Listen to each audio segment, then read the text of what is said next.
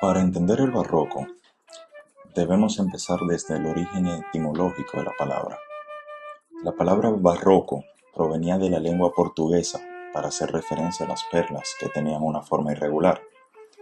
Aunque no es del todo claro su origen, y este lleva diferentes connotaciones por diferentes artistas, es claro que sí hay que asociar este término con el exceso decorativo y lo extravagante en los diferentes campos del arte.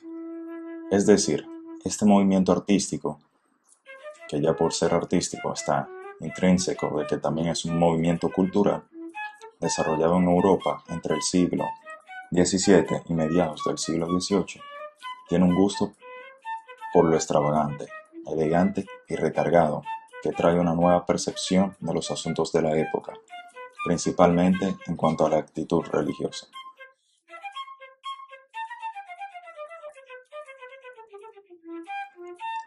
Dicho movimiento se desenvuelve después de la Contrarreforma o Reforma Católica. La Iglesia Católica resurge, se reinventa y da respuesta ante las acciones de Martín Lutero. La Iglesia sale de la debilidad gracias a su soporte en la perspectiva barroca. Ahora, con el arte a su servicio, esta define cómo tiene que ser el arte para que ésta sirva de propaganda de la fe católica, exaltando sus principios por encima de cualquier otra idea. Con estos argumentos, la Iglesia retoma su poder. El mismo Estado civil, con la monarquía absoluta, argumenta su poder porque éste ha sido recibido de Dios, y nadie debería negarse a sus decisiones, porque sería un acto de rebeldía a las elecciones del mismísimo Dios.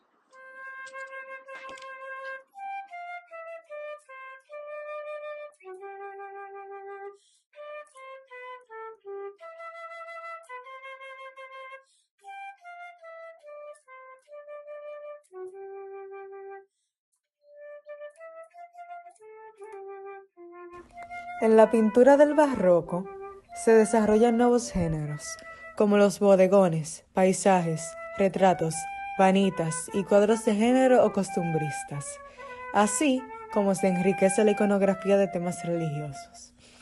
Existen una tendencia y una búsqueda del realismo que se conjuga con lo teatral y lo efectista. El color, la luz y el movimiento son los elementos que definen la forma pictórica. El color predomina sobre la línea.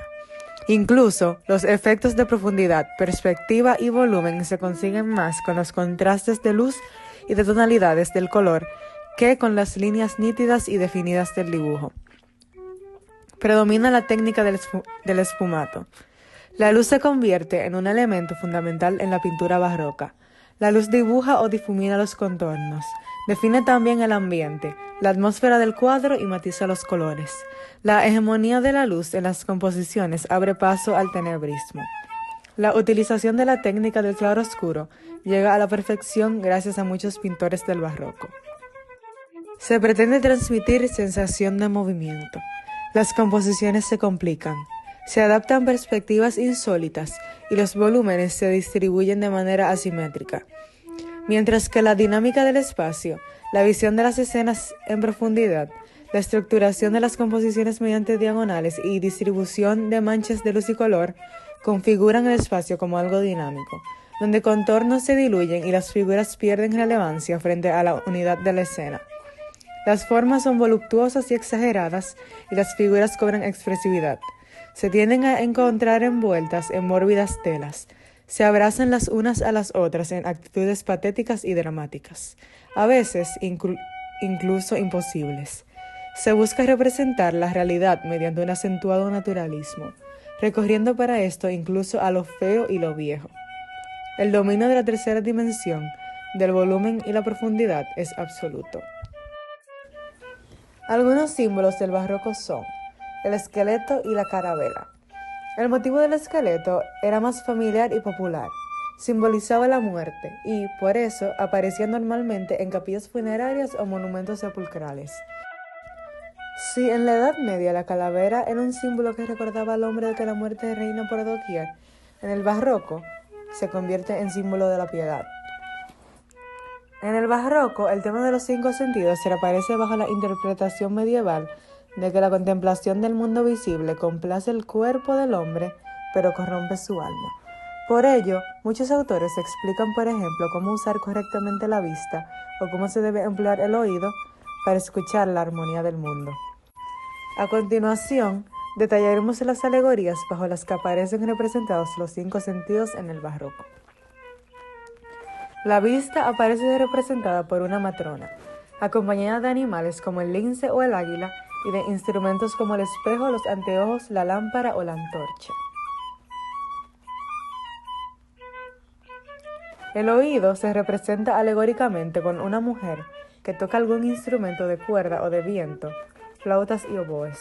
Pueden aparecer con ella libros de música u otros objetos relacionados con la audición y animales, como las aves canoras, conocidas por sus trinos armoniosos, o el ciervo, de gran agudeza auditiva. El olfato presenta a una mujer percibiendo el aroma de una o varias flores, generalmente claveles o rosas, consideradas las de olor más penetrante. En ocasiones las flores son sustituidas por un frasco de perfume o por un perro, animal caracterizado por tener muy desarrollado este sentido. El gusto se simboliza a través de una mujer rodeada de frutas y sabrosos manjares, o a través del mono. Por último, el tacto se representa mediante animales que agarran con su cuerpo, como los cangrejos, o sus extremidades, como las serpientes, el abrazo de dos amantes o la imagen de un ciego palpando una escultura. Mi nombre es Lía Grullón y yo les voy a hablar acerca de lo que es la escultura en la época barroca.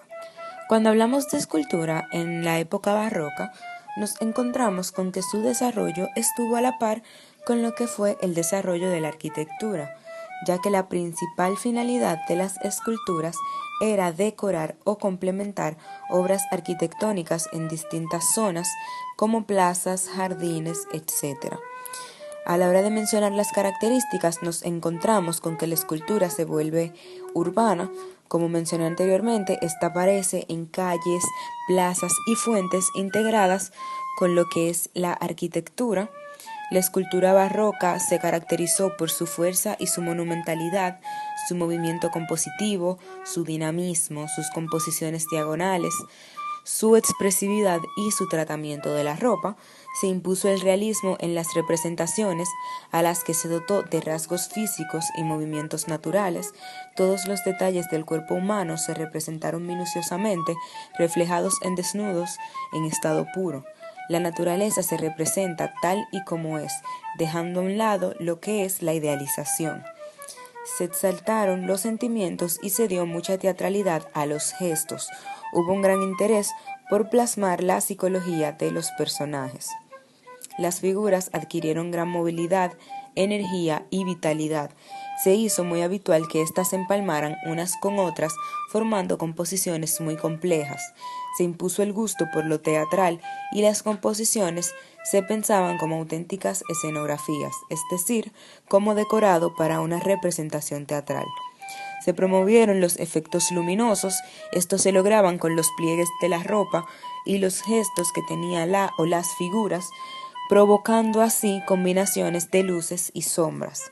En cuanto a lo temático, a pesar de la identificación del barroco con la etiqueta de arte de la Contrarreforma, adecuado al sentimiento de la devoción popular, la escultura barroca, incluso en los países católicos, tuvo una gran pluralidad de temas religiosos, funerarios, mitológicos, retratos, etc., siendo en estos países la representación religiosa obviamente la más frecuente. En todos los casos se desarrollaban o se empleaban los retratos y las escenas mitológicas. Y por último se emplea el mármol y el bronce como materiales principales para el desarrollo de mencionadas esculturas. Algunos de los escultores más famosos de la época barroca son Gian Lorenzo Bernini, donde sus obras más famosas abarcan tanto como influencias mitológicas, como es el caso de la famosísima obra Apolo y Dafne, en el que es posible contemplar el momento exacto en el que la joven comienza a transformarse en árbol, hasta la temática religiosa, como por ejemplo el éxtasis de Santa Teresa, que muestra el justo instante en el que un ángel atraviesa el corazón de la mística beata con un rayo de oro. También tenemos al escultor Pierre Puget, que realizó la obra El Milón de Crotona, en la que busca representar a un atleta griego siendo devorado por un león. La expresión del rostro del individuo manifiesta con total claridad la tortura a la que está siendo sometido, así como el miedo ante su próxima muerte. El conjunto estructural resulta trágico, pero de una belleza extrema. Por último, pero no menos importante, podemos mencionar al español Gregorio Fernández, con su obra Cristo Yaciente, que es la exposición de Cristo ya sea moribundo o sufriendo de algún tipo de tortura. Esta obra se utilizaba principalmente para rendirle culto durante Semana Santa.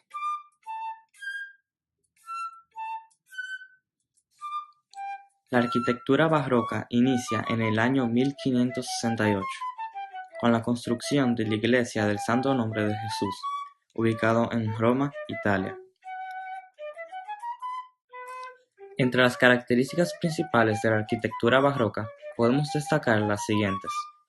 Primero, el estilo barroco busca provocar espectáculo y asombro en el observador, mediante el uso de una serie de diversas técnicas artísticas.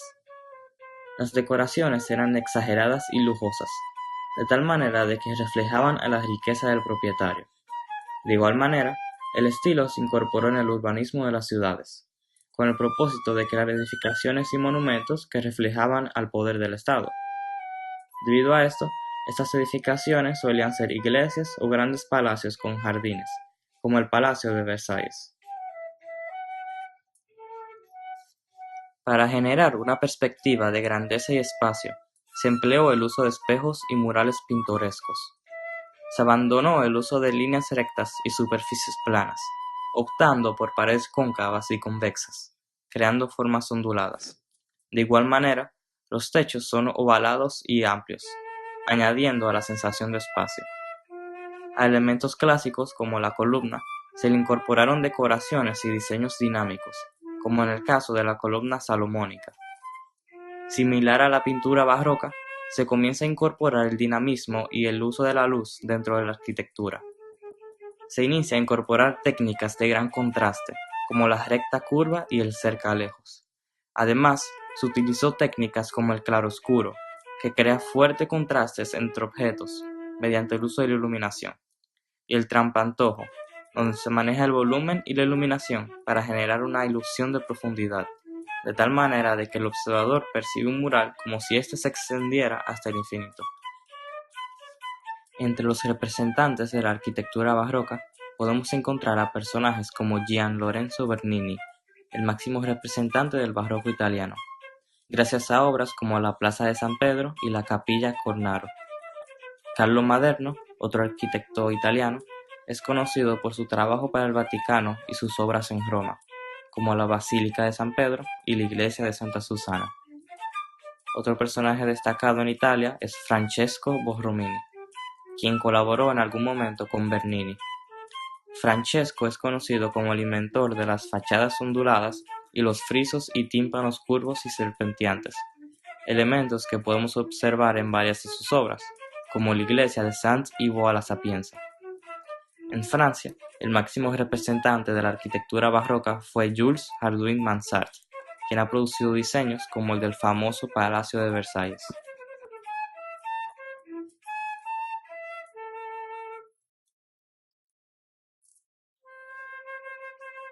La música en el barroco.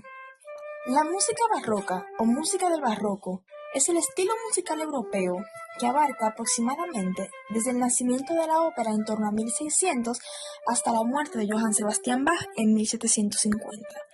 Fue antecedido por la música del Renacimiento y seguido por la música del clasicismo. Se inicia en Italia con el compositor Claudio Monteverdi y se expande al resto de Europa a países como Alemania, Austria, Inglaterra, España y Francia. Durante este periodo, la música fue utilizada como medio de propaganda por las iglesias en competencia y por la alta nobleza. Producto de estos fines, tiene una estética expresiva y teatralizante. La música se vuelve indispensable para cualquier actividad, dándole un ascenso social a los músicos y compositores, quienes componen según el encargo de su patrón. En la época barroca se rompe la unidad de estilo musical de la Europa renacentista. Conviven diversos estilos. Los dos estilos nacionales que dominaron el escenario musical europeo fueron el estilo francés, con la corte de Luis XIV en Versalles como centro de irradiación y Jean-Baptiste Lully como representante, y el estilo italiano, ejemplificado en Vivaldi. Los instrumentos más populares de esta época son el clave, el órgano, el violín, la viola da gamba, el laúd, el fagot, el violonchelo, la flauta y el oboe, para quienes los compositores dedicaron gran parte de sus obras. Los músicos más destacados del barroco son Johann Sebastian Bach, George Friedrich Handel, Antonio Vivaldi, Domenico Scarlatti, George Philipp Telemann, Jean-Baptiste Lully, Arcangelo Corelli y Claudio Monteverdi.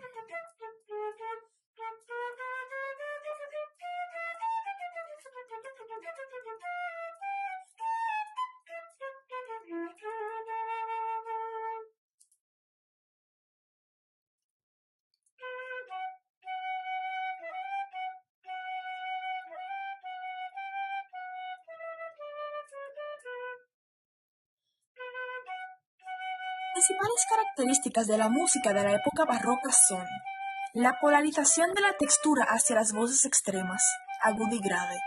Se destaca la voz superior y el bajo continuo sustituye las voces intermedias. Esta textura se conoce como monodía acompañada. La presencia del bajo continuo. Junto a la línea melódica más grave, se escriben unas cifras que resumen la armonía de las voces superiores. El bajo continuo era interpretado por uno o varios instrumentos melódicos graves, como el violonchelo o el fagot, más un instrumento armónico que improvisaba los acordes, como el clavecín, el órgano positivo o el arpa. El desarrollo de la armonía tonal, en la que el movimiento melódico de las voces es sustituido por la progresión de acordes funcionales.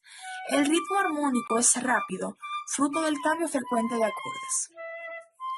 Los compases son claros, sencillos y muy uniformes. Estos pueden ser binarios o ternarios y son establecidos por el ritmo del bajo. El desarrollo de un lenguaje instrumental propio, con adecuación de la escritura musical a cada tipo de instrumento. La aparición de la orquesta. La aparición de nuevas formas musicales, como son la ópera, el oratorio, la cantata y el motete, e instrumentales como el concierto, la sonata, el preludio, la tocata, la fantasía, la fuga y la suite. El gusto por los fuertes contrastes sonoros entre coros, familias instrumentales o entre solista y orquesta, manifestado en el estilo concertante. El uso abundante de ornamentos musicales, como mordentes, trinos y apoyaturas, lo que da paso a la libre improvisación y ejecución subjetiva por parte del intérprete.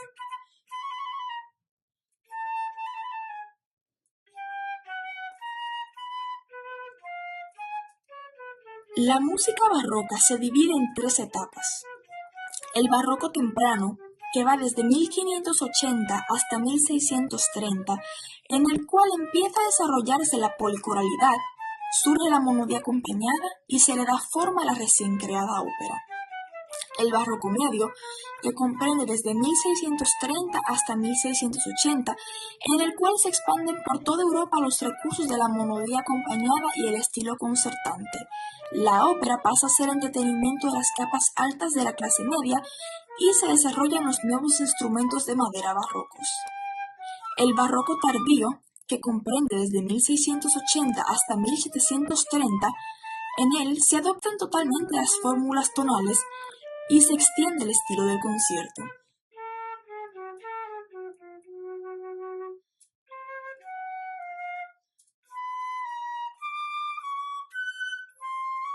Las obras representativas del barroco son la ópera Orfeo, por Claudio Monteverdi, Fiori Musicali, de Girolamo Frescobaldi, Selva Morale e Spirituale, de Claudio Monteverdi, la ópera Attis, de Jean-Baptiste Lully, Dido y Eneas, por Henry Purcell, sonatas para violín y bajo continuo, Opus 5, de Arcangelo Corelli, música acuática, por George Frederick Handel, los conciertos de Brandenburgo de Johann Sebastian Bach, el clave bien temperado por Johann Sebastian Bach, Giulio Cesare de Georg Friedrich Händel, las cuatro estaciones por Antonio Vivaldi, la Pasión según San Mateo de Johann Sebastian Bach, los cuatro libros de órdenes de François Couperin, Tafelmusik de Georg Philipp Telemann, ejercicios para clavecémbalo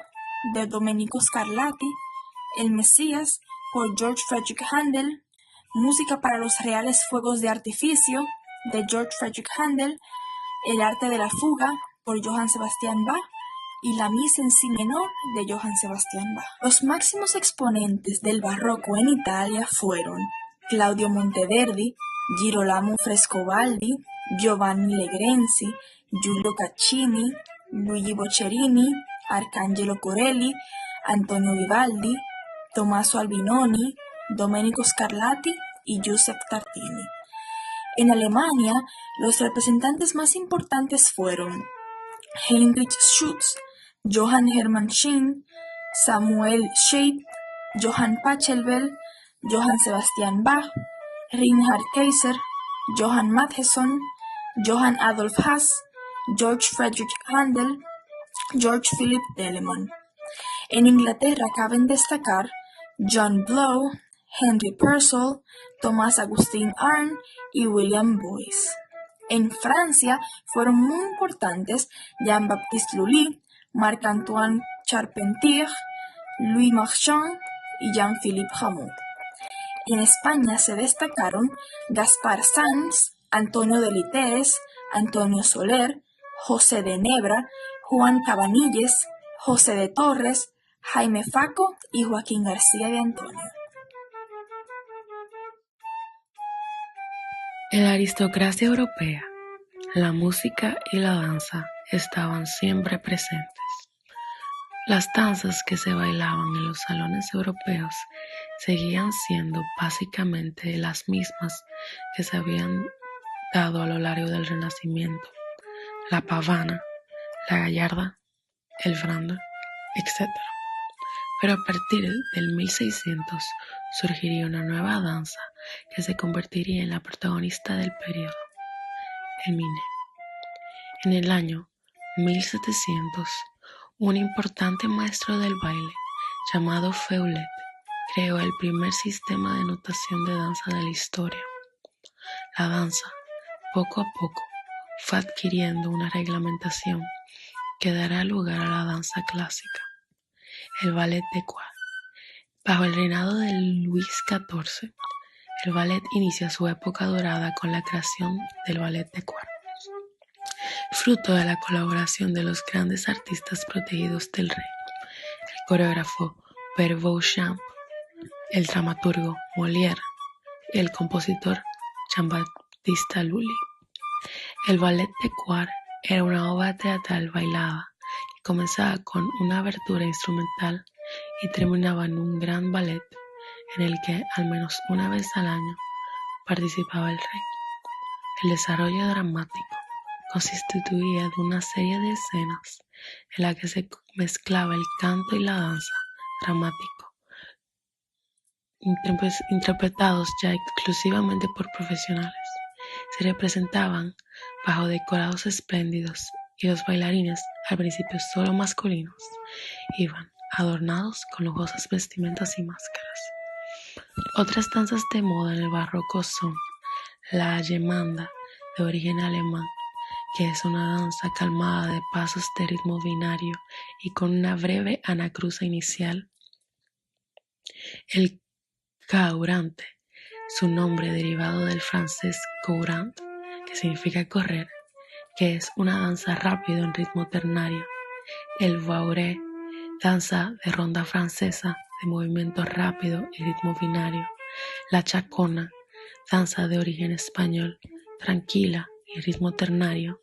La zarabanda, danza solemne, también de origen español, también de ritmo ternario y lento. Y la giga, danza rápida de origen inglés en compás de 6-8.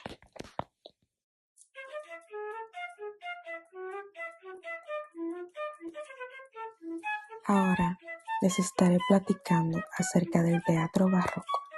El género teatral se convirtió en uno de los más representativos del barroco. Se llevaron una inmensa cantidad y variedad de asuntos en estas obras. Asuntos religiosos, caballerescos, pastoriles, sucesos históricos. Estas obras se representaban en corrales, que eran básicamente patios redondos de casas. Asistía un público muy ansioso de ver acción y de ser sorprendido. Las obras más representadas eran las comedias, que según los autores del barroco eran obras teatrales en las que se mezclaba lo trágico con lo cómico. Algunos de los temas más tratados dentro de estas obras eran el honor, la religión y las tradiciones nacionales. Los personajes consistían comúnmente de el galán, hombre apuesto y valeroso, portador de valores nobles como la valentía, hidalguía, audacia; la dama, de singular belleza, noble y con altos sentimientos amorosos; el gracioso, criado del galán, consejero de su amo y amante del buen comer, entre otros. Algunos de los autores más reconocidos dentro del género teatral barroco fueron Lope de Vega y Calderón de la Barca. Lope de Vega. Algunos de sus rasgos fueron los siguientes. Él creó un esquema dramático nuevo que se conoce con el nombre de teatro nacional o comedia nacional.